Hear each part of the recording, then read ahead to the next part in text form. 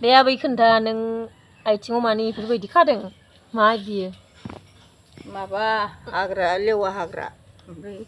आथिं मिजौनाय बुथुर मोननायखाय बेखौ खानानै थाबायो ए नंगौ ए मानो होमबाना एसे मोजां मोनो खाबा ए आथिंखौ रेजें मोनो मा बेन्दों बियो खायाबा बुथुर मोनबाय थायो आरो मा बेन्दों बियो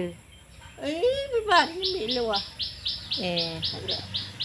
जोंबो आथिं बोरैबा मोनबा साबा खाबा मोजां जागोन नामा माबा खिफि बेन्दोंआ साबसिन जायोहाय बेलाय माथो होनबालाय बेयो लेवा लाथा बेफोरसो ए बिबो जायो बिबो जायो बे खिफि बेन्दोंआ मोजांसिन जायो आरोना बिना मोजां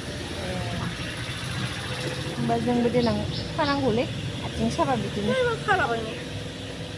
मालाबा नांगौ जायोना आथिं गाहेनाय लोरिनायफ्रा औ बै खिफि बेन्दोंनि माबाखौ खाथारनांगौ आरो सागालाङो ए नंगौ